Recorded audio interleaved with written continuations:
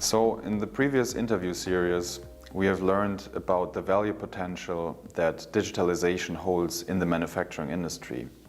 And in order to seize that potential, we also have to change business models.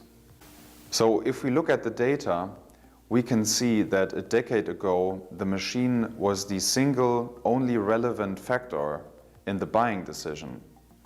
But now this is gradually changing.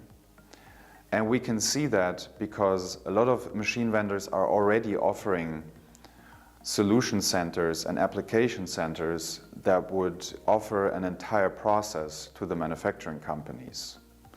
And now from there, we're also developing further into the area of software, where software is gaining a lot more relevance. In order to connect all of this, there is a very heterogeneous environment. We also need the platform to being able to interconnect all of those systems.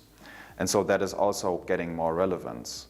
What we can see here is that the relevance of the machine in the decision-making process is decreasing, while the relevance of software in the decision-making process is increasing. And we want to help our partners to adjust to these new business models.